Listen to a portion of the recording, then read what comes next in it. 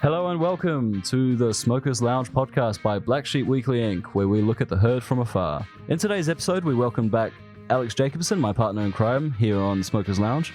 Thanks, Andy. I've been a bit busy over the last couple of weeks, but I'm happy to be back, and I can't wait to get you cracking with this podcast.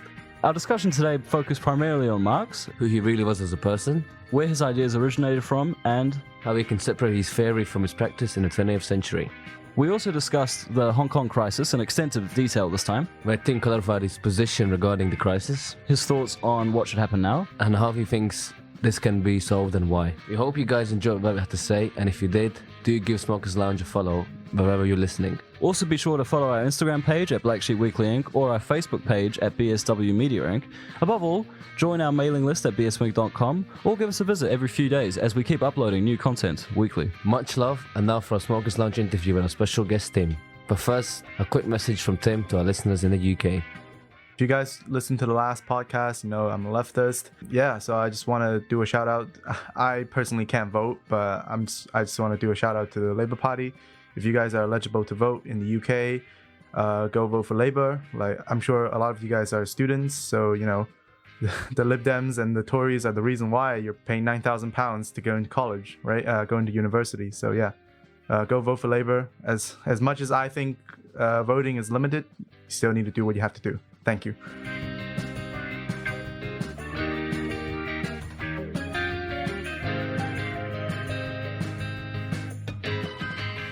Hello and welcome back to Smokers Lounge.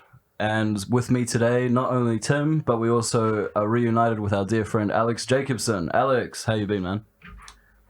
Same old, same old. Just living life.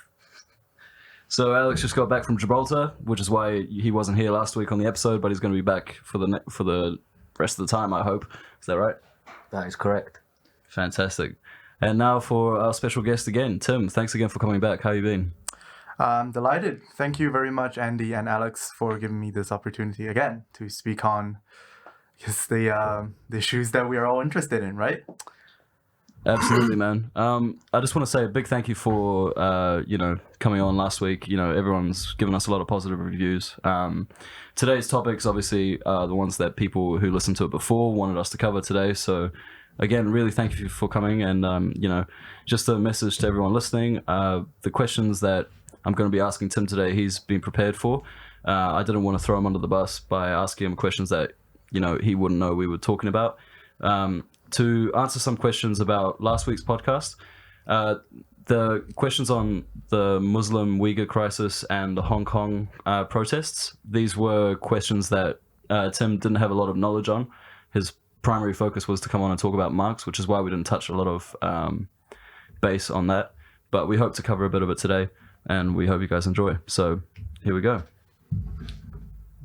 Tim, when it comes to Marx, can you give us a bit of a breakdown? Who really was he? Who is he to you, and who is he to other people that have studied him?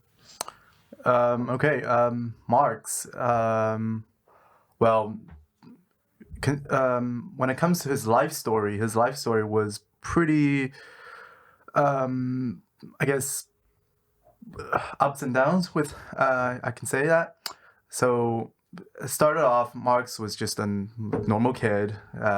His father was a converted Jew, converted to Christianity, and that's why he was also a Christian when he was young. He went to college, studied law, as his father demanded, but then picked up on philosophy in his doctorate, graduated, and became a journalist in a very radical newspaper in Germany or Prussia at the time. Because of his radicalism, he was kicked out of Prussia. Sorry, Germany doesn't exist at the time. Kicked out of Prussia, and he traveled to France and Belgium. Got kicked out of there because of his radicalism. Ended up in Britain, and that's where most of his work is written, like the Communist Manifesto, Das Kapital, and stuff like that. Well, when it comes to Marx as a person, I don't he's well, let's just say he has like 4 kids, and like 3 of them died when they were like 12 years old or something. So he's definitely not a very good father.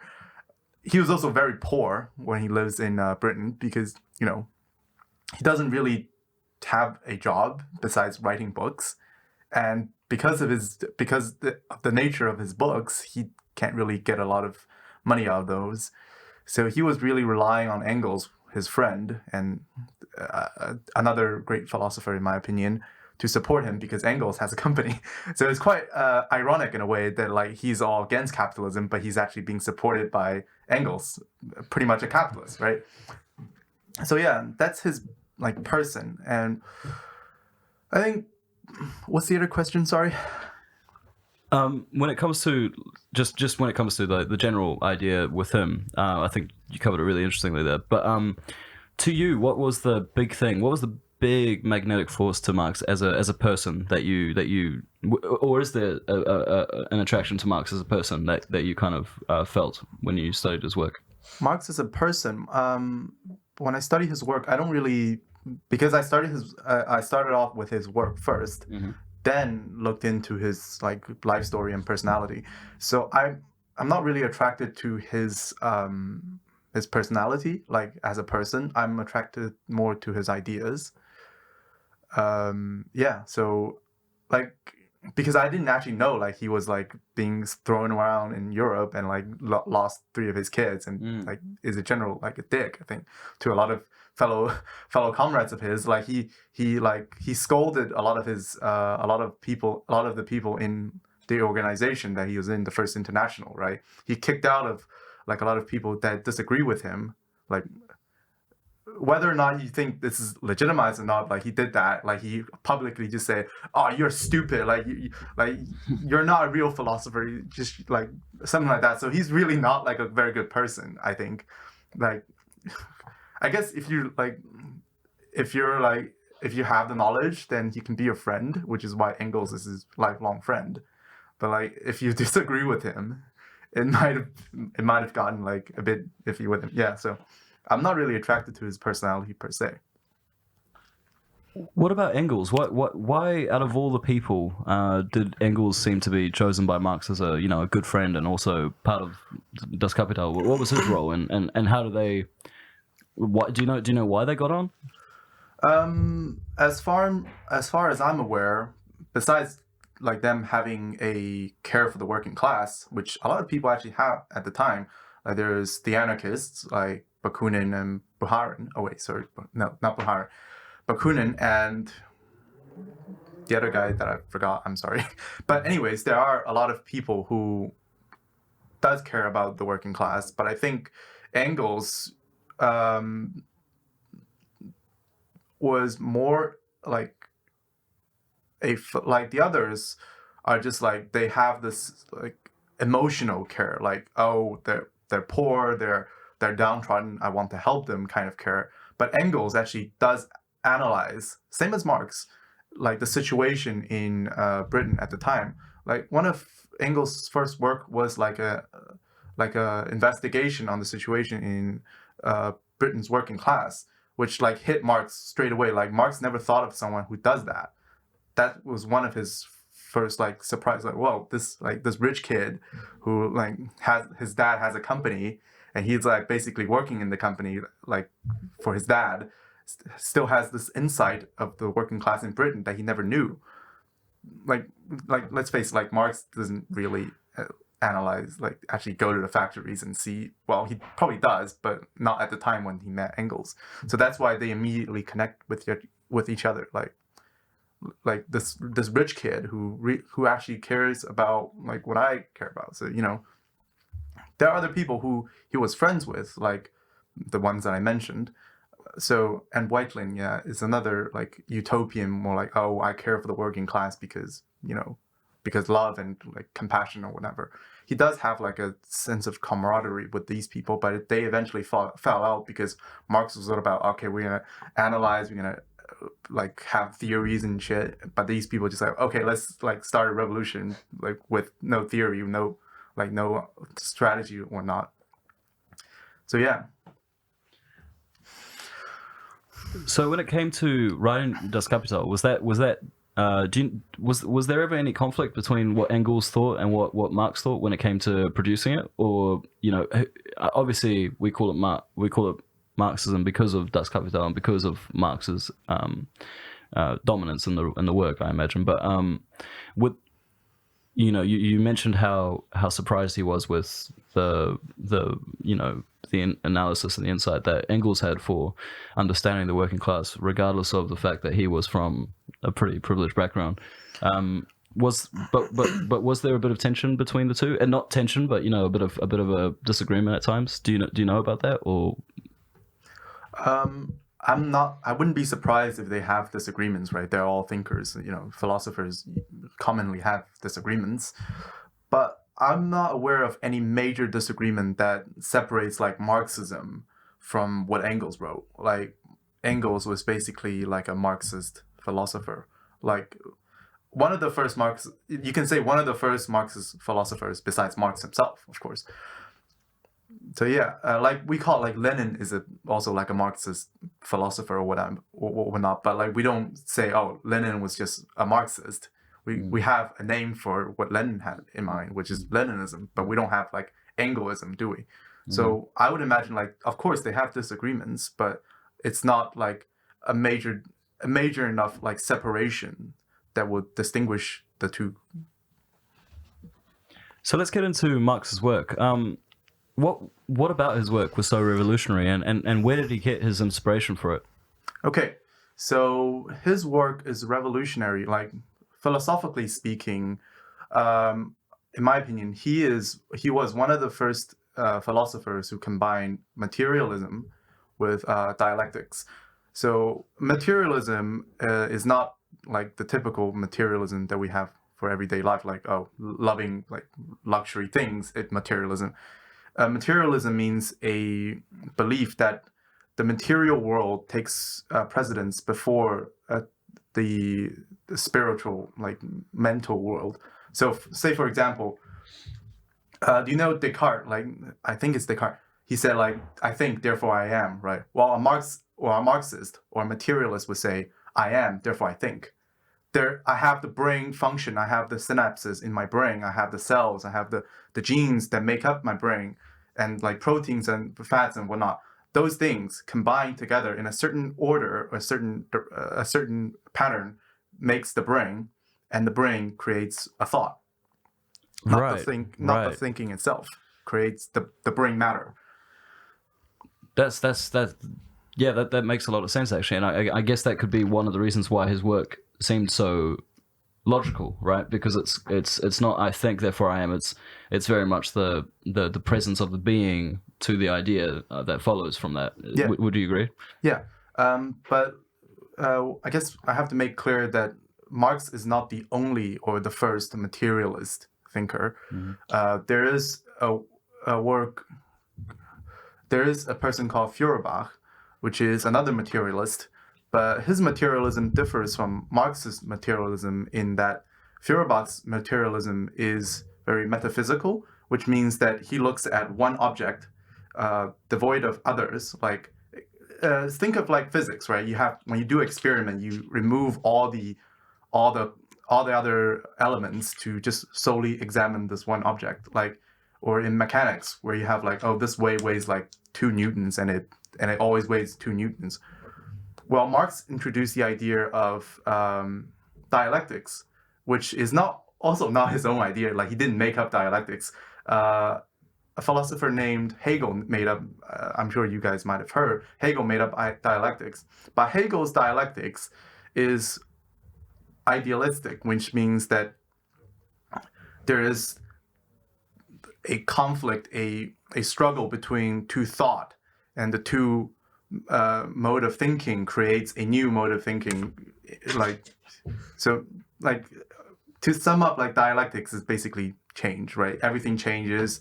Hegel believes that it's the mental state changing that causes the material world to change, while Marx says no, the material world changes. Like Mao also has work on that. I'll make a very simple example, right? So I have a cup that's resting on the table. right? It's exerting a force on the table, and the table is exerting a force on the cup. The result is that the cup is on the table. If there is more force exerted on the cup will fly away, right? If there is more force exerted on the table, the cup will fall through the table. So you can consider like the cup as the synthesis, and the cup as the thesis, the table as the antithesis. The result being that the cup on the table was the synthesis, and that goes in with like people's mind as well, which we have already said. Like people's mental state is not like just by itself; it's generated from the material matters that are in one's brain. So you can say simply like Marxist materialism, or dialectical materialism, is materialism that involves change. And that's like Trotsky also have a good quote on that. Like he said, like a metaphysical materialism is like a screenshot, like it examines an object, a material object in the moment, and which is like fine. That's not a problem. Like for example, if you took a picture of this cup, right? It's a cup. It remains a cup at that moment. It's equal to the cup at the moment. But dialectical materialism is a film. It examines the cup in say whatever length of time, and like from the onset, like this cup is not changing, right? But actually, it is, isn't it? The water is being evaporated. The like molecular structure of the cup is changing constantly. Everything in the world is changing, even if you're not the same person 1 second ago from now, and not 1 second after, right? And that's basically like when you apply that to like social theory, then like sociology, then it goes like society constantly changes through struggles, through contradictions, through conflict between social classes. Like when you have the slave society, that's the slaves and the slave owners. Feudal societies, you have the feudal serfs and the landlords. Capitalist society, you have the capitalists and the working class, the proletariat. And in the socialist society, well, Marx didn't know because he's not in a socialist society. But in his mind, in a socialist society, classes will begin to wither away, which after that, when there is no such thing as class, we will be at communism, where there's no class, therefore there needs to be no state, which in Marx's definition was a violent organ that upholds the ruling class. So in capitalist world, the state is a capitalist state. It's run by the capitalists, and is used to protect the interests of the capitalists, like private property and whatnot, so on and so forth. In a socialist state, the workers are in control. The workers, the working class, the proletariat are the ruling class, and therefore the capitalists, the other classes are suppressed, like the landlords, and the capitalists. They're known as the bourgeoisie, I imagine, Yeah, right? the bourgeoisie, right? Yeah, okay. So that historical analysis that you were just referencing to there, does that date back to Hegel? Is that right? Or is that more something that Marx kind of took from Hegel to help his analysis of the social classes throughout history? Yeah, Marx definitely took dialectics from Hegel to analyze class, but I would say Hegel wouldn't come up with the same reasons why like social changes happen. Hegel will probably say, well, it's because people have different thoughts, and those different like thoughts, those different opinions, those different mental states come into clash with each other, that create, like, say, the feudal lords have disagreements with the serfs, therefore capitalism has been created, something like that. But Marx says no, well, that's not the case. It was because of class struggle, material class struggle, the feudal serfs overthrowing the feudal lords to create capitalism, like materially, because of the progression of productive power. Like there is no need for this feudal mode of production.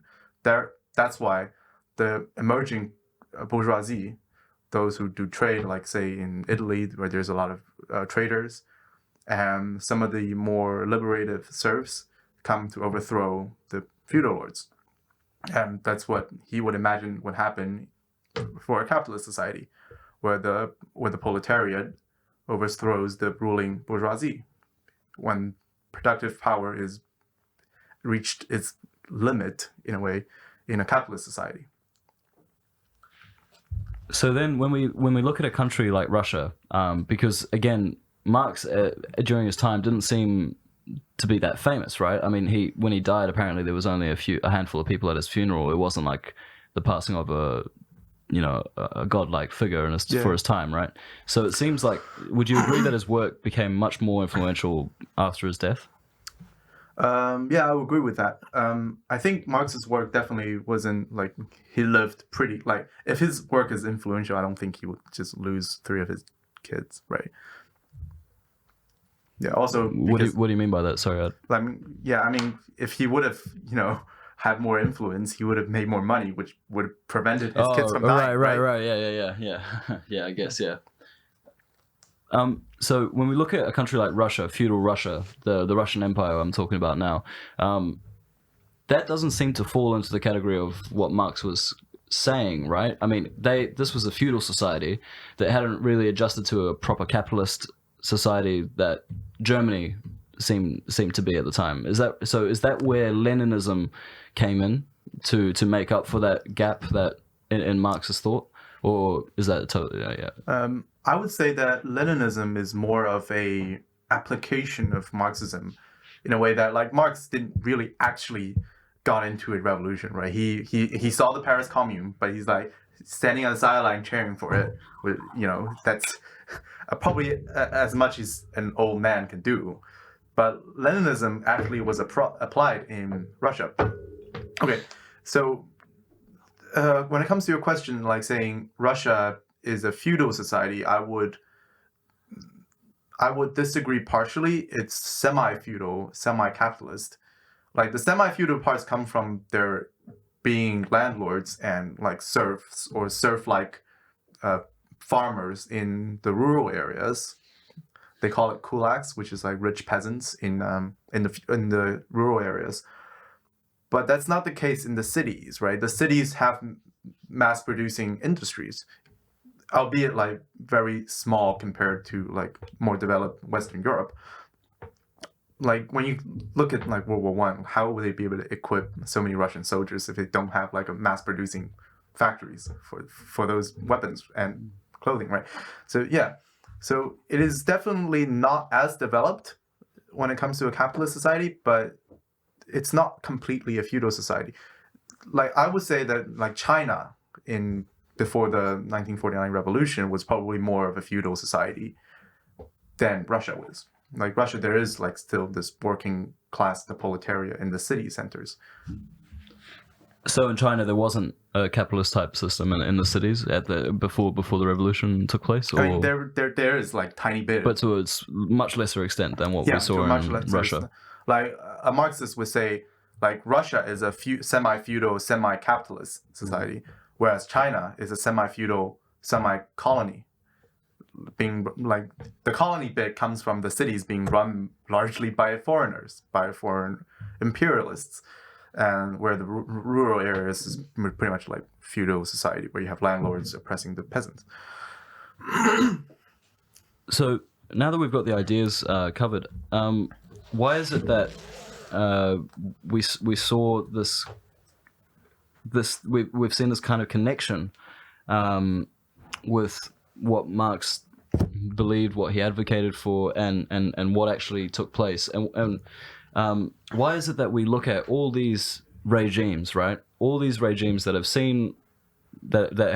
been built on this idea that the proletariat are being oppressed, the bourgeoisie are getting a much better deal than the proletariat. Why is it that at the outset the principle of the revolution seems to make a lot of sense? It's about changing the system so that it can benefit those that have struggled for generations, and possibly more than 4 generations in some cases. But why is it that this has ended in violence and oppression in a way that was probably to an extent, a bit worse than what the nature of the state was before the revolution took place. Why is it that we've seen these communist regimes operate in a way that obviously Marx would never have intended for? Do you think there's a reason for that? Like, and because that's one of the biggest criticisms, one of the most generic criticisms. I agree, but there is definitely a question on why is it that they've never been successful in really avoiding the totalitarianism of such, you know. Okay. Well, whether or not Marx would agree, like China was like what he expected a proletarian revolution, or Russia as he expected proletarian revolution would be, well, that's debatable because Marx is dead, right? We can't just go and ask him like, well, what do you think about China? Well, we can't do that. So, but we can see from Marx's work that Marx advocated for violent revolution. He advocated for the dictatorship of the proletariat, meaning the proletariat is the only class to have power. He advocated for the oppression of the bourgeoisie, of the petty bourgeoisie, of the landlords, right? He advocated for that, the oppression of one class over by another, just as capitalism was oppression of the capitalists, the bourgeoisie, over the working class. So, and also to think, well, certainly there is, what is the question? Yeah, how do I say it? Give me a second, sorry. So we could separate, like, first of all, we could separate Marxist analysis of capitalism with what actually happened in, say, like Russia or China. Like Marxist analysis of capitalism and its crisis is still relevant today. Like he analyzed that there will be overproduction, not because we just have so many things, because capitalism is so productive that we can't possibly consume them all. That's not the problem. The problem is that we're producing all these things, but because there is a profit motive for capitalists, these things are not being given to the people that actually needs them. Well, we can look at that in Britain, in London even, right? London is probably a capitalist society, I would say, right? We can all agree on that. But when you look at how many housing there are, it's very capitalist. I mean, look at us. We're all struggling, you know, not exactly. getting. So, like, you Alex and I were just talking about it just now about how we're struggling. You know, we've been applying for jobs for the last 2 months, and me all too, man. we've been getting is rejections. You know what I mean? Yeah, me too. Sorry to digress, but continue. Yeah. So there are obviously enough houses, enough rooms, enough beds for everyone to at least have a roof on top of their heads, right? Why are there so many people that's like living on the streets? Like there are like just empty rooms, and there are just, you know, people living on the streets. There are foods that stock the shelves, but we have people starving. Globally, we produce enough food for like, what is it? 10 billion people, something like that. 10 billion people. Like we don't have that many people in the world, right?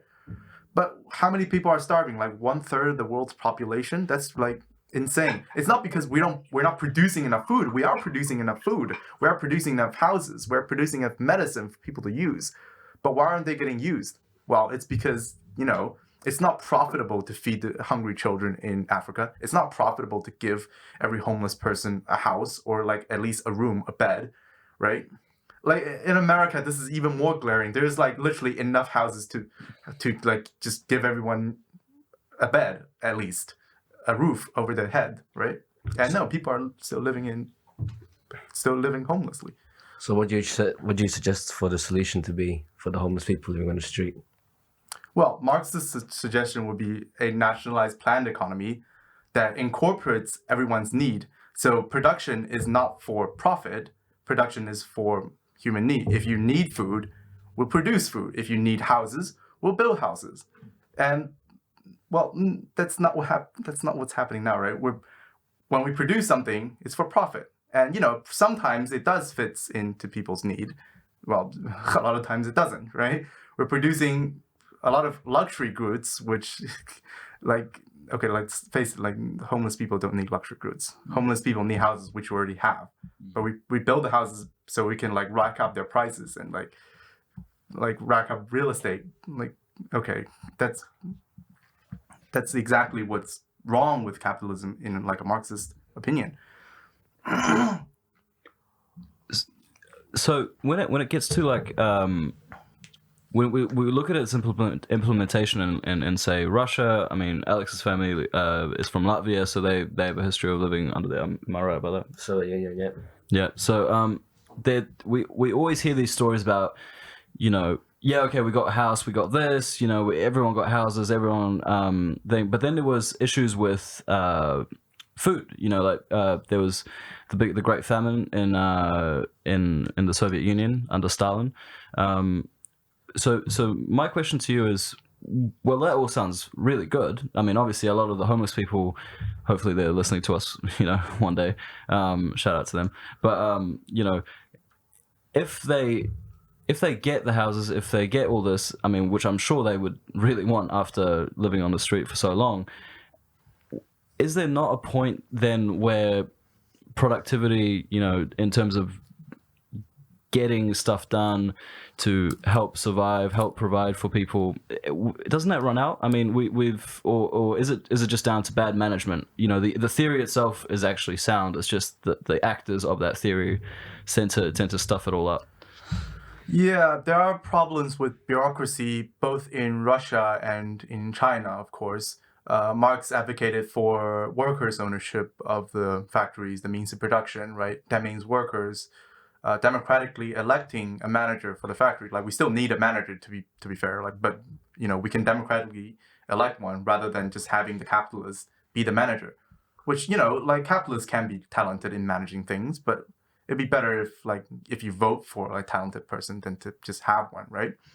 So there are certain problems with the bureaucracy, which doesn't, when they make the plans for the planned economy, it doesn't addresses people's issues. And yeah, that certainly happened. Just like there's market failures in capitalism, it happens, right? But I would say even with those downfalls, even with those problems, Russia and China still achieved immense growth in terms of industry, agriculture, and well-being for their citizens. When you look at Russia, say for example, Russia was probably the least developed country in Europe before the revolution, I would say. After the revolution, it went through the First World War, the Russian Civil War, and I think a famine, which is not really anyone's fault because famines happen in Russia annually or cyclically, because it's an agricultural country. Famine just happens, unfortunately. And when we look at that, after the Communist Party took power in Russia, there has been exactly two famines, significant enough famines that are recorded. The Holodomor, the Ukrainian famine, which didn't really happen just in Ukraine, it happens all over the USSR. I'm not going to defend Stalin. Stalin did nothing wrong. Stalin was certainly because he was at the head of the office, right? He needs to actually address these problems, and I don't think he addressed them as well as he could. But when you look at that, there has been natural disasters at the time, and it's not like Stalin just took all the grain out of Ukraine to do whatever. He tried to. I think it was because USSR was importing machinery to industrialize from the Western countries. And I think the Russian government, the Soviet government at the time actually said, okay, we don't have enough food, we're going to pay you in gold so that we don't have to starve our people. And the Western country says, no, you have to pay us with food as you promised. And it's oh, shit. So there's that. So we can see that. And there's one famine after World War II, which okay, come on, the war destroyed everything, it's probably going to happen that there is a famine. And after that, there was no more famine. And I think there is a statistics on during Brezhnev's reign, the Soviet Union was actually consuming more calories than in the US, which okay, that's only one statistics, but it goes to show you that when it comes to food, it's not as like exaggerated as what the Westerners would say. Like in Gorbachev's time, certainly there was like a shortage of food. I think it's because Gorbachev was an idiot, but you know, yeah. And there's like at the time there was like really concentration of power in the Communist Party, which didn't even happen in Stalin's time. I mean, when we say Stalin's a dictator, he tried to resign for 4 times. You know, that's not what a dictator would do, and he was elected into office by, of course, the Soviet electoral system. Well, wasn't there a lot of tension between him and Trotsky, and he was and Trotsky recognized that threat, and Stalin outmaneuvered him politically to justify his position as leader of the party, and that led to Trotsky leaving to Mexico or some Latin America. I think it was Mexico, right? Yeah. And that's how Stalin took care of that, killed him, and tried to keep a stranglehold on everything that happened there. Obviously, there are external factors that were out of his control. You had, this new superpower in the US. You had this new concept of a country and a new world, essentially, and how they ran things. And so, obviously, coupled with that, with Stalin being Stalin, what is it not fair to say that he was authoritarian in how he conducted his affairs? Yeah, I'll say like Stalin and Mao to a certain extent were authoritarian. Like, I don't know the exact definition of authoritarianism. Like, if you say like one party rule, yeah, sure, they're authoritarians. And I think in a certain degree they're meant to be authoritarian. Like Marx and everyone says, I was going to ask that, yeah, dictatorship of the proletariat. It's supposed to be authoritarianism, but the proletariats are doing the authoritarianism in a way.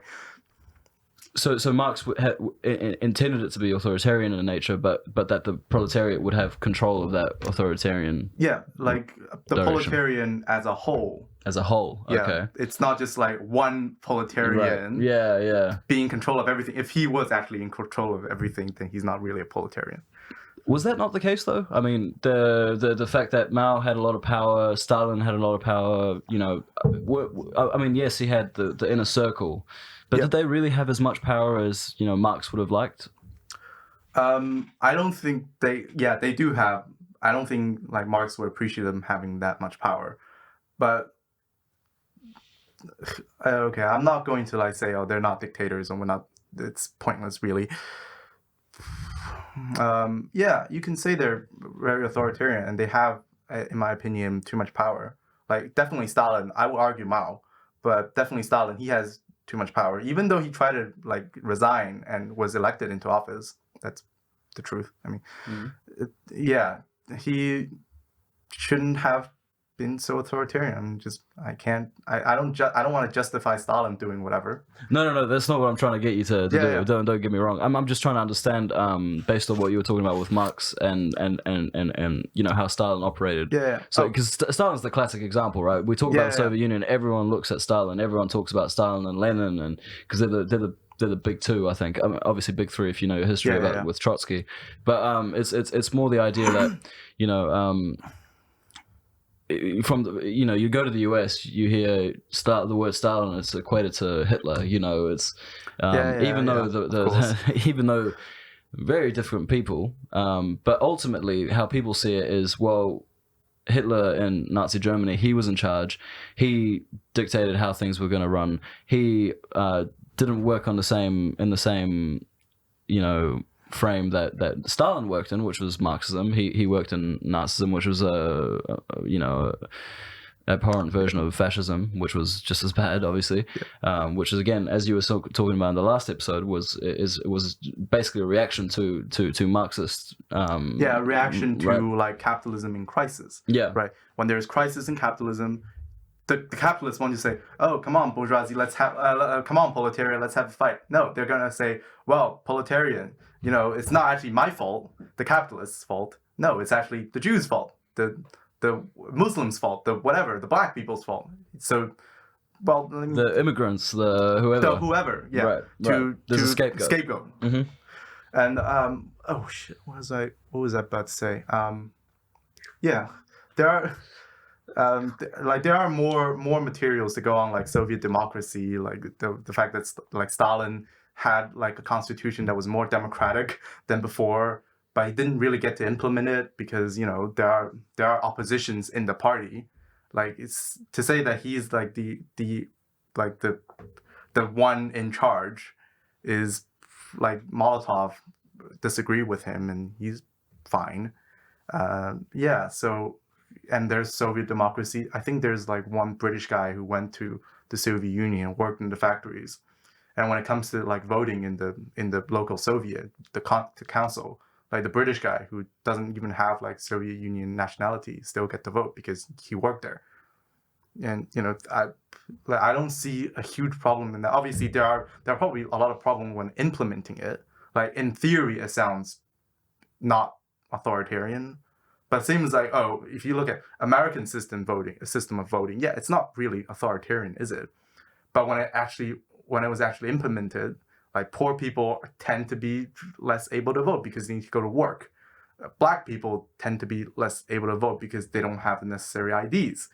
So, and it's just like, well, like when America was sort of set up, it was just like white, 30 years plus with real estate or with property citizen be able to vote. But now we have expanded it, but still.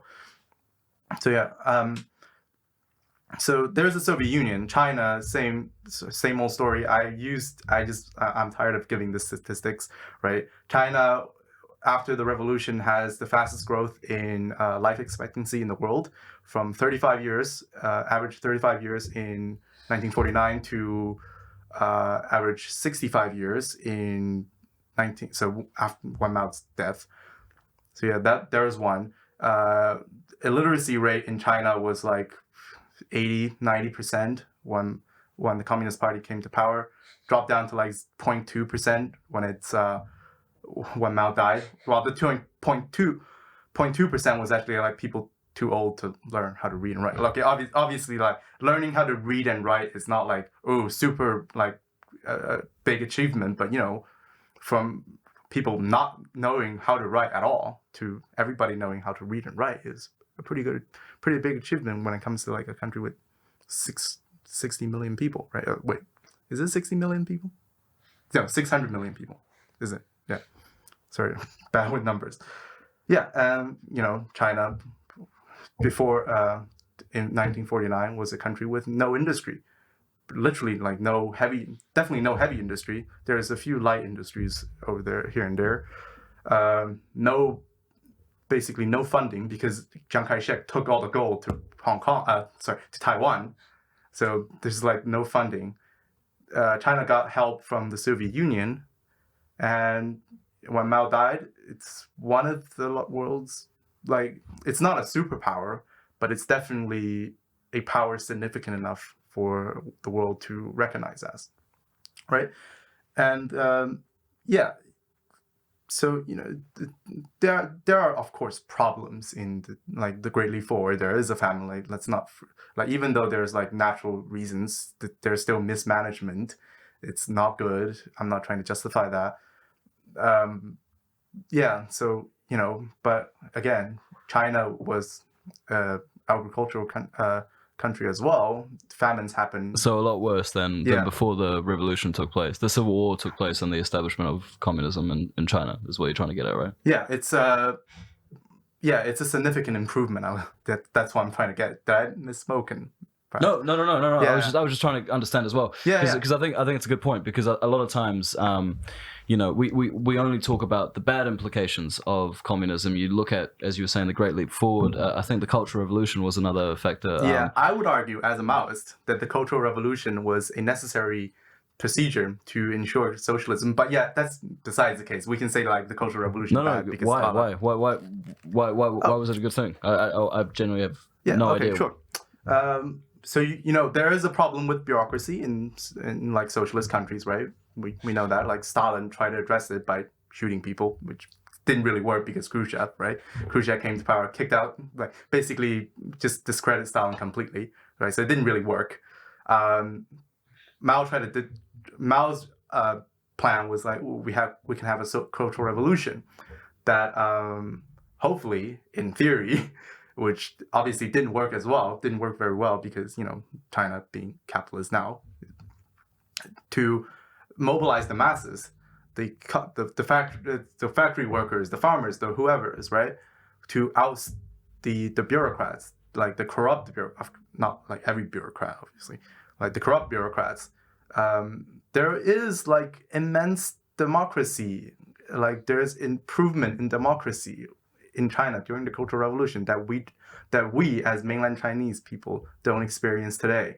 For example, the right to strike was written into the Constitution in 1976 or 1967. I think it's 67. So like at the onset of the Cultural Revolution, that was one of them. We're not actually allowed to post any posters outside, like commercial posters or political posters. We're not to post any posters. We're not allowed to post any posters in China nowadays. But posters ousting, like criticizing the officials, criticizing like factory managers, criticizing whoever, is like everywhere. It's kind of like a new it's kind of like annoyance in a way, like there's like posters everywhere criticizing, oh, this guy, that guy, whoever does whatever. There's that. There's debates amongst like there is one example, like a bunch of students from a technical school, from a technology school that teaches technology. I don't know what exactly the school's name was, having a debate with the professor, like on equal grounds. It's not like, oh, professor, we have to respect him or not. They're like, the students were like criticizing the professor, and professor's like, okay, I will like respond, like on equal ground. And like when we say the Cultural Revolution, we usually say, oh, the economy stalled or whatever, like the economy stopped. Well, like China's satellite was launched during the Cultural Revolution. There was a discovery of oil fields of course. Well, what is interesting when we speak about communism, economically, when you look at from the early 20th century to the end of the 20th century, economically, like communist states in general, weren't that great. But in terms of other achievements, like technological, like cultural as well, like if you look at USSR, like launched a satellite first to the orbit, they beat basically USA in the space race, except for the fact that they didn't go to the moon. Yeah. Or even culturally, like movies, theatre, sports. Like USSR was dominant in sports, basketball, football, hockey. So I think that's one thing that's not unappreciated about communism was that it wasn't just maybe economically they sucked, but in terms of culturally, sports-wise, technology, there's a lot of successes that people often ignore. Yeah, and I would argue that economically they're doing they're not doing as good as the U.S., the largest economy in the world that have been developing for 200 years, whereas other countries basically started from scratch, right? Russia started pretty much from scratch. China definitely started from scratch, like no doubts about that, right? And after the socialist period, when we say China, like China has this huge economic growth in the market during the first market reform years, right? Like, of course, like the market reform, like it does help in encouraging people to start new businesses and whatnot. Yes, I'm not denying that, but a lot of the gains in GDP came from like foreign investment, right? Why would like foreign companies invest in you if you don't have any basis in industry? Like foreign investments comes in and like, oh, China manufacture like this thing for us, right? Well, they wouldn't do that if China doesn't have like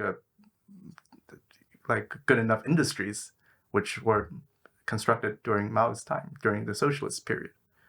You wouldn't have this huge economic growth in the market reform if it weren't for like socialist constructions.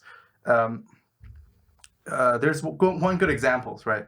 If you have to eat like 4 buns to be full, you eat the first 3, and then you eat the 4th one. Now you're full. Then you say, oh shit, I shouldn't have eaten the first 3 because if only I've eaten the 4th one, I would have been full already. Well, that's not like you have to eat everything to be full. You have to have all the developments before you have the growth. So yeah, there is this basis. Like, I wouldn't say what if, like, say there was still socialism in China, like what would have happened. Like I don't want to get into that because it's kind of pointless. But we can see that the Maoist construction played a huge role in the growth of China. Like I don't know too much about Soviet Union, unfortunately, but in China that was definitely the case. Yeah. So like economically, they don't count GDP because GDP counts in trade when you trade something, when there's obviously no trade in socialist countries, right? Great. I mean, that really, I think, sums up that section on Marx for now. I'm sure we'll take this conversation into a later episode. I want to kind of now move down to the conversation. It's kind of connected to what you were just talking about, Mao's China. Okay, so you've said that the successes of Mao's China in terms of creating this really strong, unified, productivity has gone high, literacy rates are high, education rates high, all of that. I want to start off by asking you first this pretty simple question. I think, as someone that's studied Marx quite a lot, you probably encountered this kind of question before. Did the ends justify the means? The means for China? Do you think? Yes. Okay. It was terrible before, and where it got to in the end. Do you think it was worth it through all the stuff that happened in between? Yeah. Like I assume that when you say like in between, it was pretty bad. Yeah, I mean, I'm referring to the Great Leap Forward, the people that the victims of Mao's policies. So you would ultimately say, hey, look, these are just victims of something that they couldn't be a part of, but if you understand what I'm saying. Like. Let me see how would I respond to that. So, in a way, like when you say the Great Leap Forward, well, there are natural disasters, and people do starve to death during like naturally occurred famines, unfortunately. But it's a fact that Chinese have faced for thousands of years, unfortunately. And it was Mao, well, actually not Mao, because I don't want to like be like a great man, the great man Mao who solved all the problems. No, it was the people of China under the leadership of Mao and the Communist Party who solved all these problems. It's not like Mao who like just grow all the grains out of nowhere. That would be idealistic. But yeah,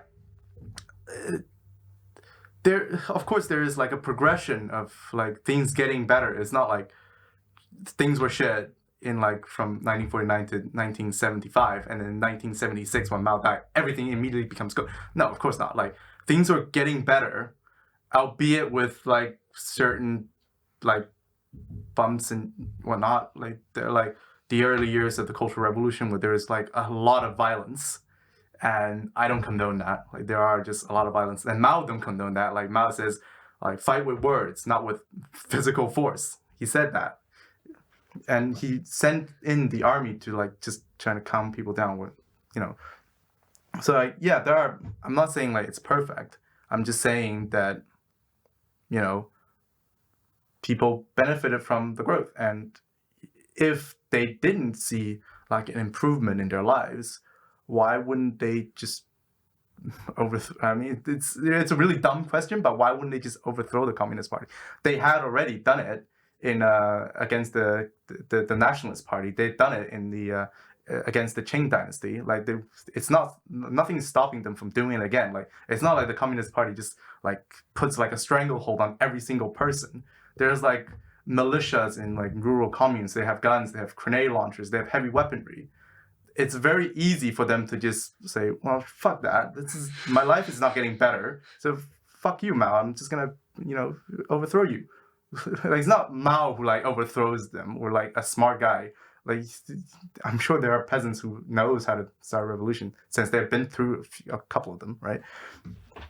So yeah, it's not like the ends justify the means. It's not really a question that I can answer because like you can say that for anything. Well, does the end justifies the means in capitalist society? Well, if you say no, then we might as well be living in like cavemen, right? You do understand, like I get your point. I guess what I'm trying to ask is, let's consider the time frame when Mao took power to when Mao to when the neoliberal markets hit China. Yeah. Up until that point, obviously there was a lot of growth. There was a lot of growth in industry and all that. That eventually was a driving factor for the markets being open to the West. What I'm really trying to get at here is, do you think that what China went through during those years ultimately was worth it to get to where we are now? Okay, as a Marxist, of course, I would say it's not worth it when we are to get to where we are now, because we have a capitalist society now, and I don't want to be in a capitalist society. So, I want to have growth. I want to have more growth, but like in a socialist society, not necessarily Maoist, because Mao has his limitations, but an improvement on Maoism in the Maoist period, an improvement of that, not a complete disowning of that, which is what we had when Deng Xiaoping took power. And whether or not you think it's worth it, do people die as a result of Mao's policy? Yes. Are they worth it? I can't answer whether or not it's worth it or not. It happened, and we take away the lessons. Let's not have the Great Leap Forward again. Let's not have this dumb chip policy, right?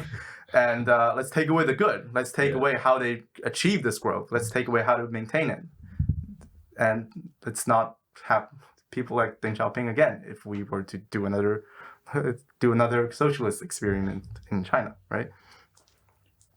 So I hope that answers your question. If that's as close as we're going to get, I'm thankful for it. Okay, so now that we've more or less covered all of what on our side we wanted to cover, I think we should now start talking about the Hong Kong situation. Let's start from the beginning, though. Do you want to start us off and what you've read about it? Okay, so to my knowledge, Hong Kong protests started off 5 months ago, I think, where the governor of Hong Kong, Carrie Lam, issued a amendment to the laws in Hong Kong, which would allow mainland China to extradite people from Hong Kong. And obviously, a lot of people in Hong Kong think that was an infringement of the one country, two system policy. They go on street protesting. Carrie Lam responded very firmly, saying that no, I'm not going to withdraw it. And people protested some more. Carrie Lam said, "Okay, let's suspend the bill." Say, well, that's not enough for them, so we need the bill to be gone. And after a bit of violence in a couple of months, the bill was completely dropped by Carrie Lam. The protesters have more demands, the 5 demands, as a lot of you might have known, which is, at first it was the resignation of Carrie Lam, but it changed to universal suffrage, withdrawal of riot as a category for the events, amnesty for everyone involved, independent investigation on police violence, and the withdrawal of the bill. Right, so I think there is only one that has been achieved, the withdrawal of the bill. The bill is gone, right? The other 4 has not been achieved, and that's why there's more more protest. I would say violent rioting. I would even say terrorism sometimes. But, the West says it's protest, so let's go with protest. So there's more protests up until today, which there are still protests. And latest news is that a lot of Hong Kong universities, like the Chinese University of Hong Kong and the Polytech University and Baptist University, declared independence, quote unquote, independence. The students are building walls, and they're having checkpoints to check people's student IDs and journalist IDs. And I have friends in Hong Kong that are studying Hong Kong. And they told me that they have already evacuated from the universities that they study in. They're now in mainland, having a very, very long Christmas holiday. So there are obviously, it's a very broad, because I'm not big-brained enough to remember everything, unfortunately. So that's I guess a neutral kind of way to explain it. I think that covers quite a lot. I'm going to try and get Alex to voice his opinion on it. Alex, from what you've understood, from what Tim said, and from what you've read, what's your personal take on this, and what do you think is going to come out of it? Well, realistically, what I think is that it's a very complex situation, but no clear solutions in front of it. Because at the moment, they have met one of those demands, which is the withdrawal bill. And the four others, I just don't understand them. I mean, I can understand the police brutality one, because there has been evidence of police brutality. Sure. Of course. But in terms of like universal suffrage and like what was one not to be classified as riots? Yeah. And what was the third one? Amnesty for all. All the arrested people, basically. Yeah. I mean, objectively speaking, that is probably never going to happen. Yeah. And I feel like they've achieved like one of the main things which they achieved. So I think now, I mean, the purpose of the protest has changed. Now it's just escalated to the fact we don't want to be part of China, and we hope we will never be part of you after 2047, which is what it is now realistically. Sure. Yeah. That's my take on it, personally. Yeah, I think you're probably right. A lot of them probably do think like we're independent. We don't want to be part of China. That's why a lot of like university students declared independence in their colleges, in their respective universities, right? So yeah, objectively, like out of the 5 demands, right, I agree with 2 of them, right? Like I personally agree with 2 of them, right? Not in any way. So was it the withdrawal of the bill, which is already completed, and universal suffrage? Like I do think they're like, as a leftist, as much as I support like Comrade Stalin and Chairman Mao, like I still believe universal suffrage is important. Like even if it's not socialist or whatnot, like yeah, it's a good thing. I do support it, but when you combine it, their demand, they have 5 demands, right? And they're saying not one less. Well, if you say, okay, you have the bill, which is great, like how about universal suffrage? The government would have probably agreed. Like it's more likely for the government to agree at least. But when you say withdrawal of like like even like the investigation on police violence, yeah, maybe, right? It's possible for the government to do that. But to say that, oh, this is not a riot. Well, you know, it is. I'm sorry, it is a riot, right? It's a bit more than a riot. Like for example, like was it a couple of weeks ago when the pro-Beijing politician was stabbed in the eyes or something? There was a pro-Beijing politician in Hong Kong. He got stabbed in both his eyes by a Hong Kong protester. Yeah, I think he was stabbed in the chest. Or whatever. He was stabbed anyways. Yeah. So there's that. Someone got burned, got lit on fire. Like a disagreement. Someone who disagreed with the protesters got lit on fire. And a 70-year-old like janitor on the street was hit by a brick and died. So,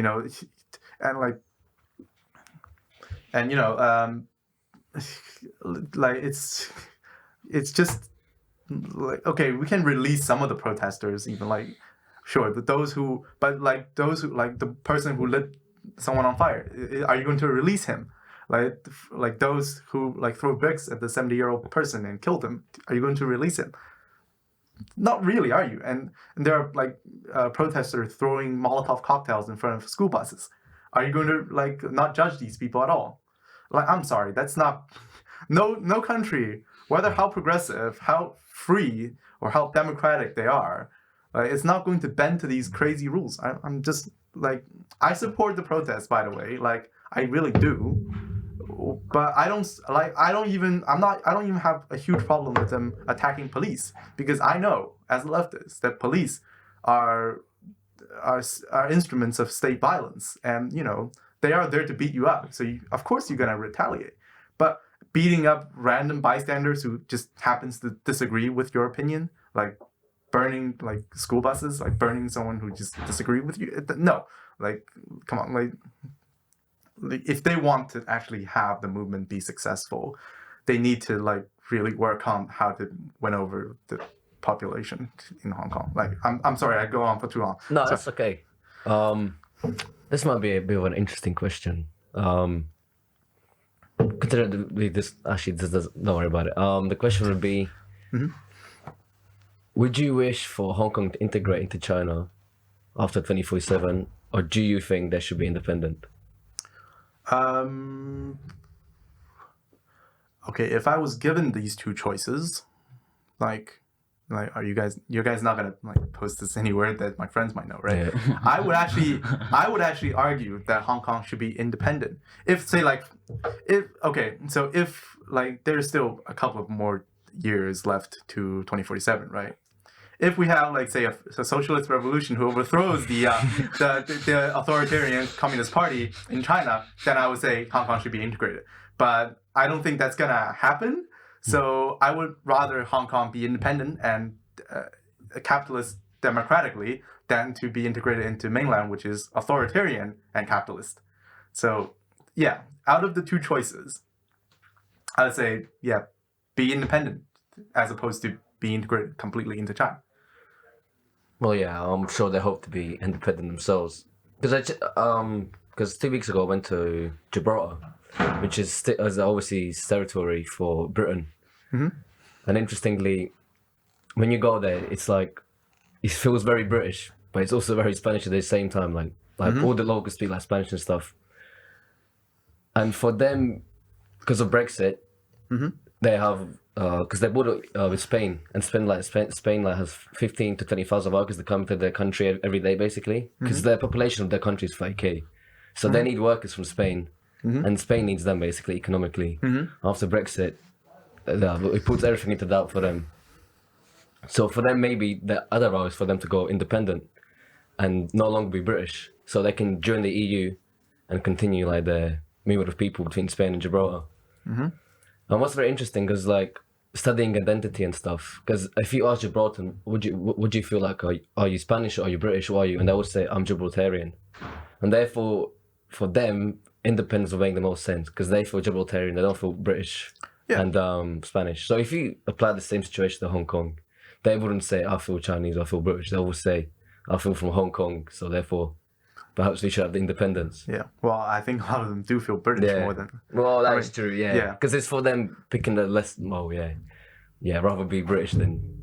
Well, that's the same actually with Gibraltar actually, because a lot of them have like Spanish culture and customs, but it's during the Franco era. They would usually like block the border, so they couldn't like get any food or pass through Spain, anything. So it always stuck in their minds. They hate Spain, and Spain would just basically be dickheads to us. Yeah, I see. So okay, Really? And then we would rather, and then obviously the Gibraltar's were okay. We'd rather side with the British, even though British have been dickheads to us as well. We'd rather do with the British than Spanish. So same probably Hong Kong. We'd rather be British rather than Chinese. Yeah, I think that comes from the lack of understanding of history in a way. Like, let's face it, British rule in Hong Kong was nowhere, like it was not democratic at all. Right? There are elections in Hong Kong. It's not like electing everyone, but there are elections for part of the government. In Britain, during British rule, it's just the British government sends in a governor, and be done with it, and that's it, right? So comparatively, mainland rule was actually more democratic compared to British rule. And of course, they want more democracy. They want universal suffrage. That's great. I support that. That's one thing I think I need to get out there to listeners as well. We get a lot of our information primarily from the BBC in the UK, and I mean that's part of what you were saying and what you were saying, Alex, as well. When it comes to the UK perspective on Hong Kong, it's really ironic. I mean, now the whole view is, look at how oppressive everything is in Hong Kong because look at what China's doing and etc. When it's it's a UK, it's a broadband, it's a national broadcasting corporation, it's a British broadcast corporation. Obviously there's going to be a narrative to place there, which I think you were talking about last week when it came to Chinese people actually see the whole Hong Kong protest as a Western movement, right? Yeah, Western backed like color revolution, which is like overblown, I think. But yeah, like I've just like when you look at, I have just been looking at some of the news networks on YouTube, right? And the most recent event was that a group of soldiers from the garrisons and the PLA garrison went out with plain clothes, like not in military gear with brooms and like whatnot to clear up the streets. And you know what the reporting in the West was? It's like Chinese troops landed in Hong Kong. Chinese troops arrived in Hong Kong. And it was like a bunch of people with brooms and shit, like cleaning up the streets. It was like, okay, like you couldn't even tell they're soldiers. It's like, because they're like marching in formation. That's probably the only giveaway. And they're like wearing like identical clothes, which is not even uniform, by the way. It's just identical like military issue like t-shirts and shorts. So it was like, oh, God, the PLA have landed in Hong Kong, which is, again, wrong because the PLA was always there. They just never came out, right? It's like, oh my God. It's, just quite a funny trivia, I guess. Yeah. Oh, that's what I mean by it's a complex situation because it's very hard to like grasp what is actually going on. Because West side will get one side of views, probably China will be one side of views, whatever. So it's just such a complex situation. I can't even explain how would you solve it and what would you do. Like, if you had that would be a good question. If you had to solve the Hong Kong issue right now, what would you do? And let's say if you're Governor Lam. If I'm Governor Lam, yeah, say I'm going to solve the issue. Yeah, I'm going to I won't just resign. I would just have to implement something to resign before I resign, right? Or else I would just be running away. So I would say, okay. For those who are arrested, like let's have like a jury, like determine whether or not they're actually criminals. To those who actually attack people, yes, like have the appropriate sentencing for them, like those who beat people up, those who set people on fire, those who throw Molotovs at school buses, those who beat people with different opinions, those who stuff like that. Like judge these people. Like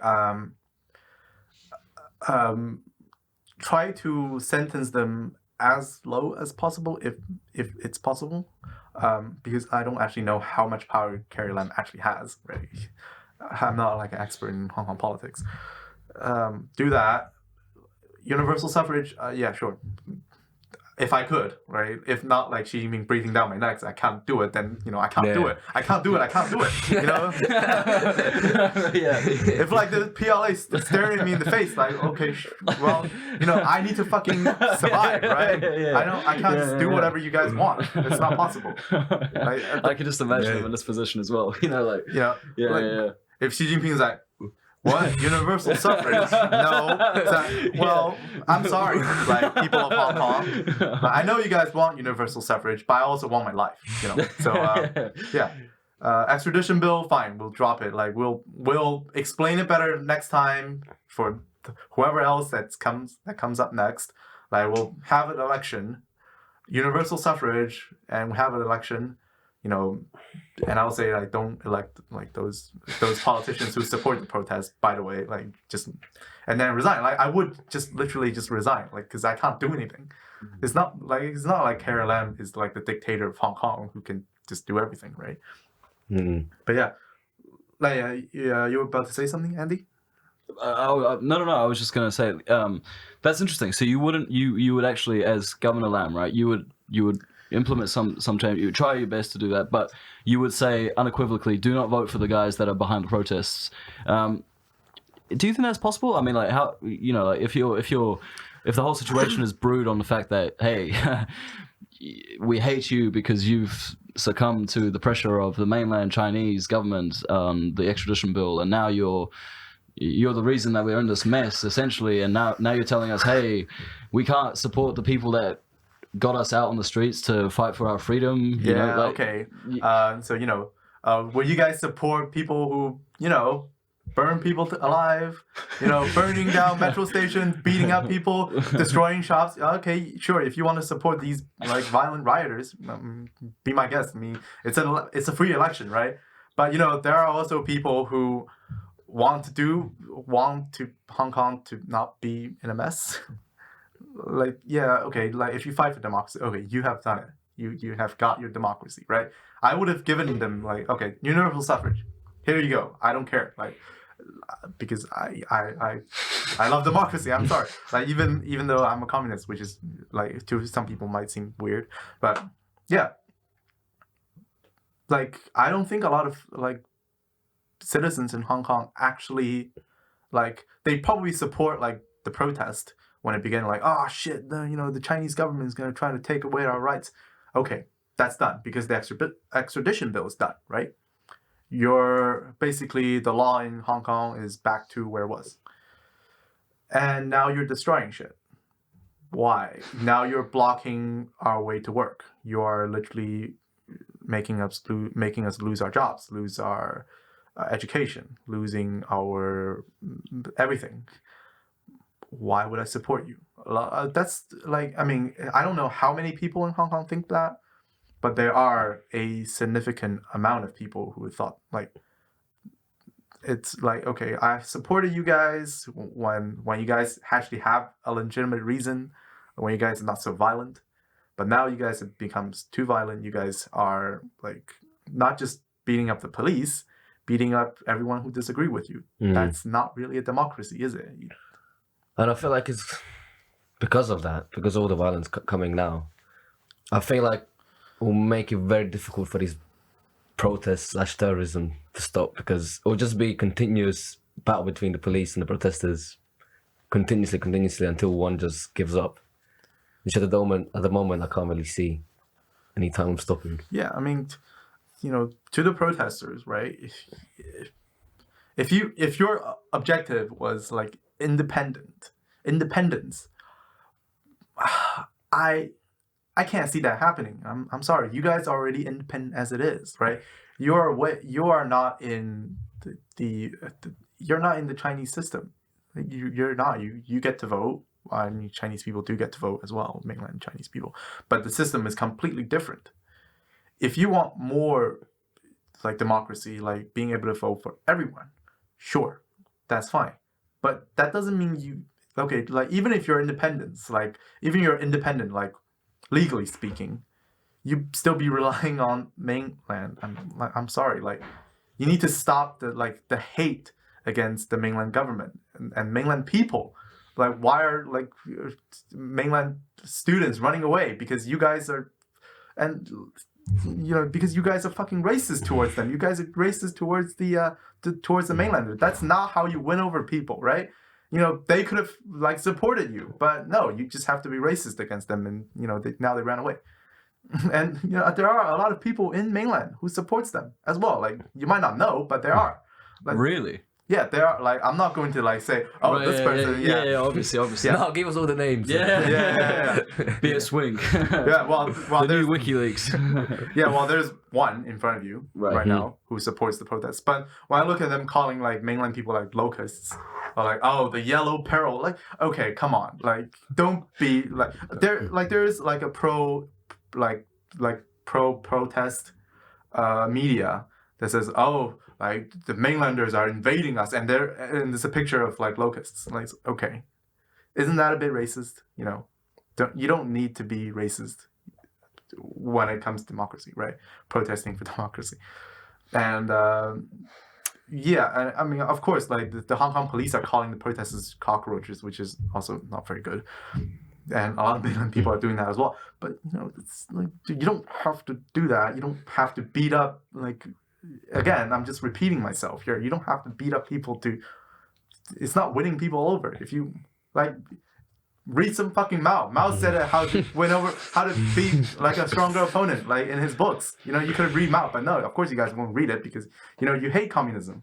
So yeah, whatever. Yeah, I'm done. Sorry. Yeah, but that's fine. It's just like it's difficult because like all this racist stuff as well. Because it's not difficult, but it is difficult at the same time because everything Chinese now for Hong Kong, I would assume, is probably a symbol of negativity, symbol of oppression, symbol of evil. Yeah, it's fucking Kristallnacht. Like in Hong Kong, like beating up every this is a mainland shop, let's smash it. Oh, that's a mainland shop, let's smash it.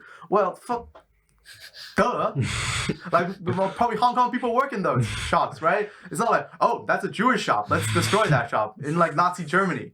Like, I don't want to like make the connection, but you know, there is a connection. There is. I'm so sorry. Like, No. This is great to because obviously we don't get that information from the West. We hear the oppression on the other side, or it's very difficult to find the other side as well. But I guess one of our questions would be, well, we can sympathize a little bit, right? Like they're with obviously I'm not condoning the racism by any means, or the actions of rioting and smashing and burning mainland Chinese people, but mainland Chinese people, they don't see the Hong Kong people as part of China, right? Or do they? I would say a lot of them do. They do see, like, excuse me, like they will call like the protesters like cockroaches, which is not very friendly and it's not good. I don't condone that, but they would make like explicitly that like it's the protesters, not the citizens of Hong Kong. I'm not calling them like cockroaches or whatnot. But before this whole crisis started, what was the view from the mainland on people from Hong Kong? What was the perception? I'd say like a lot of people view like Hong Kongers as like a bit misguided because all the Western propaganda. Yeah, they're a bit misguided on like what they view on like mainland, but like there is a sense of nationalism in Chinese people. Like they view everyone as like in a Chinese nation. It's not like, oh, you are Hong Kong, you're not part of the Chinese nation. They don't really view it as that way. They still view like Hong Kong people as part of like Chinese, like in terms of ethnicity and nationality, not in terms of like obviously governing systems. Same as how they view like Manchu people in the north, or Mongolians in the north, and even Tibetans and Uyghurs, to like Uyghurs and like the Muslim population to a lesser extent, because there is a sense of Islamophobia in China, unfortunately. But when it comes to like Hong Kong people, I think the mainland don't really view them as like, oh, you're different ethnicity, you're different from us. I don't really see that like a lot. Interesting that this is why I feel like when I went to Gibraltar for my field trip, was like it was very similar. Even in like history books of British Empire, or even to this day, when they speak about Gibraltar, they are still seen as British. And for Gibraltar, they're full British as well. But it's got their own like little, let's say, their own little special feature. It's like if you look at Scotland or like Wales. Wales is British, but they're still Welsh at the same time. Yeah, that's sort of like Hong Kong. Yeah. Like China sees Hong Kong. China sees they are Chinese, but they're Hong Kong, but they're still technically Chinese. Yeah, they're still Chinese. Yeah. Before we continue, I just want to mention to any listener here that whole discussion on Gibraltar, Alex is going to expand on in his essay for, this is a bit of shameless promotion here. I apologize. I've been looking forward to that. I don't know anything about Gibraltar, so I don't know what Alex is talking about. Absolutely, yeah. So that's another reason why Tim is going to join all of you to check out our website on Thursday. I imagine we'll be probably publishing the article, so definitely check that out. Sorry to disturb. Continue. Yeah, do that. Check out the website. Right, yeah. National. We run out of questions. It's your turn. That's a big thing. We've got a friend called Josh who was telling us about how he's got a friend from Hong Kong, and he was saying to Josh about I don't consider myself Chinese. I may be ethnically, but I consider myself actually a Hong Kong British citizen. So obviously, we get this one-side view of, okay, well, the Hong Kong people don't feel Chinese, and you're saying to us that the Chinese mainlanders actually view them, they're one of us, but they're just a little bit out of it because of his generations. Like culturally different, but not ethnically. but that there's more of an open mind towards them in terms. We're talking outside of the context of what's happening right now in Hong Kong. Yeah, of course. Right. Okay. And so now, do you think that this is going to be really damaging? What's happening in Hong Kong and the future relations with Hong Kong people in the mainland context? Yeah, I mean, I definitely see that as like whoever wins out, like even if Hong Kong gets independence, like say the most unlikely situation happened, that Hong Kong, like Xi Jinping just bends over and say, okay, fuck it, Hong Kong, you're independent now, like do whatever you fucking want, I don't care. Even if that happened, like the material damage in Hong Kong in this 5 months is not going to be repaired in 5 months, right? And that's what I feel like a lot of civilians are thinking at the moment. It's like, well, fuck, my livelihood has been destroyed. Like, okay, I want democracy, sure, but I also don't want my property to be destroyed. Like, and also a lot of mainland people would say, well, okay, shit. Like, it's a huge, I guess, I mean, I don't know. Like, yeah, no matter how this comes out, like, Hong Kong will probably not be as it was. Like last time this happened, it was in 1967. That was the second largest riot in Hong Kong history against the British, like orchestrated by the Hong Kong Communist Party at the time, ironically, in 1967 in response to the Cultural Revolution. And after the protest, after the riot, which is actually not as damaging as is now because they don't actually target property. They more or less like target people, which, you know, to a certain extent, that's pretty bad as well. Yeah.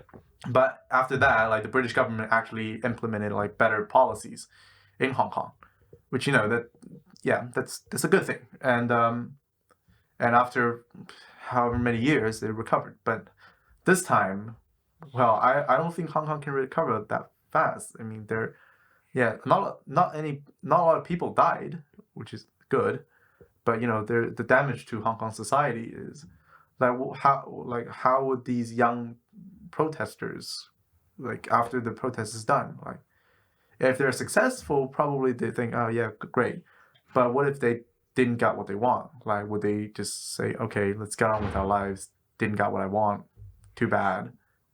Is that what's gonna happen? I'm like, I don't know the mind. I can't read Hong Kong people's minds. Right, I have a friend from Hong Kong, but I didn't ask him anything about it because, you know, I don't want to hurt our relationship.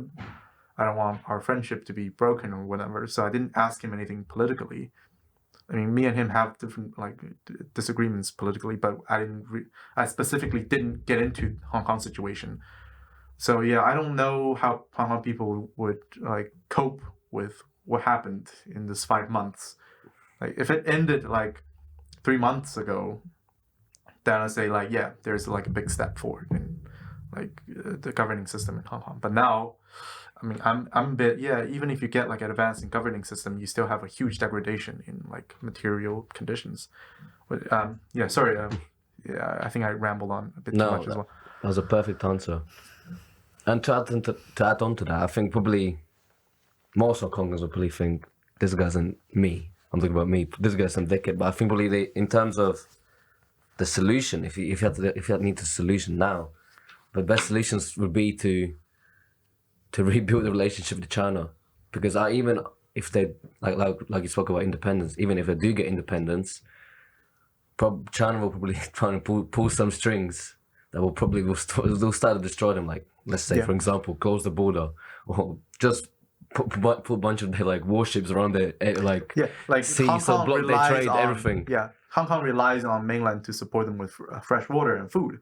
Like it's like, do you think the mainland's like, okay, you guys are independent now, let's trade food?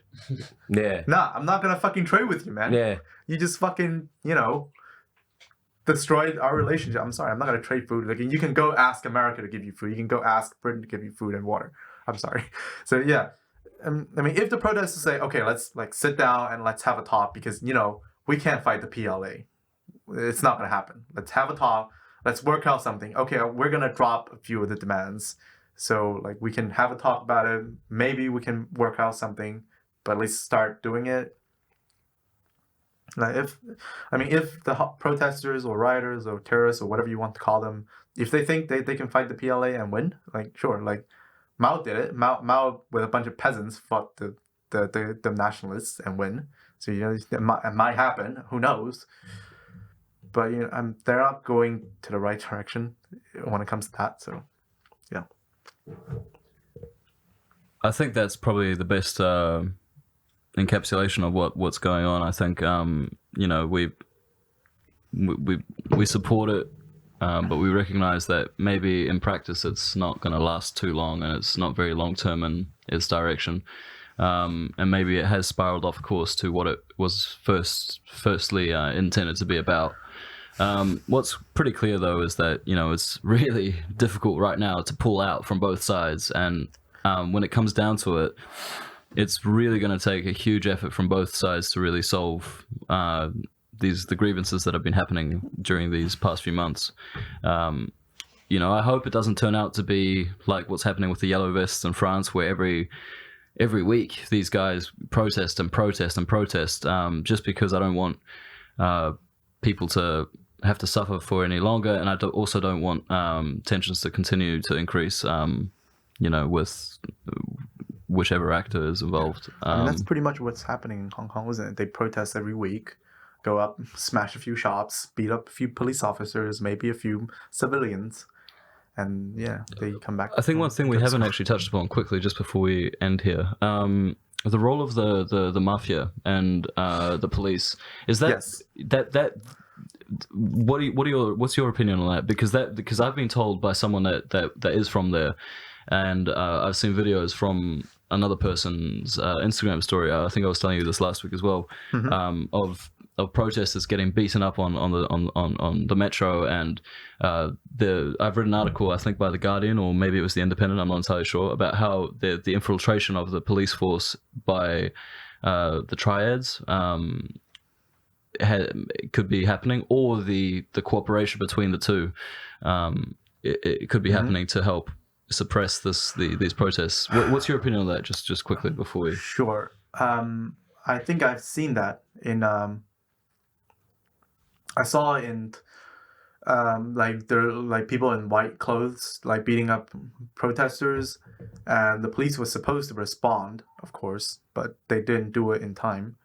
I do think police officers, after being dealing with protesters for so long, and like when they see like these people in white beating up those protesters, they probably in their mind think, well, fuck the protesters, I'm not going to save them, fuck it.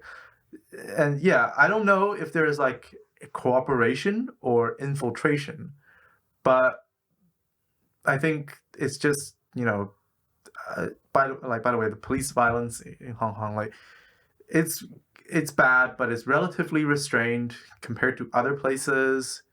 So far, there hasn't been any protester who died in the hands of the police, as far as I know. 2 people were shot, but they all survived, thank God.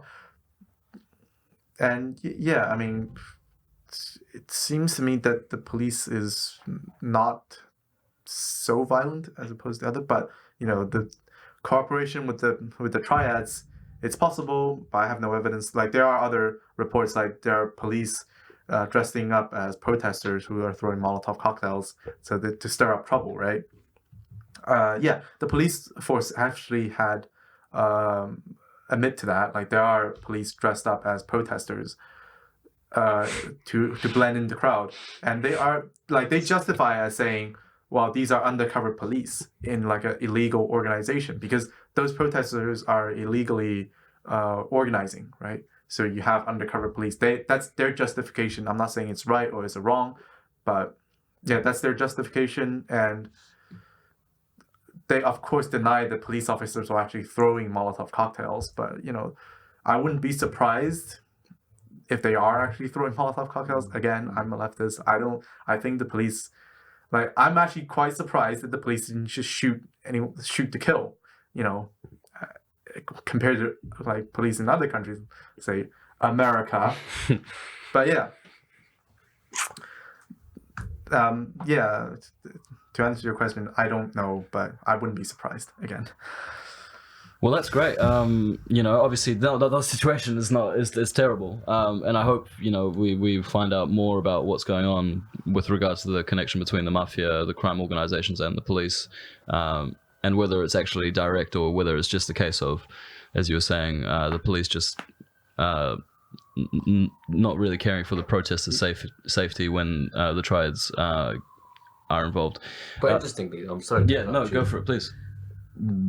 If there was no cooperation with the triads in China, why are the triads there? That's what I was thinking. Why are they there? And big them up. Yeah. For what reason? Fucking right now. I don't know.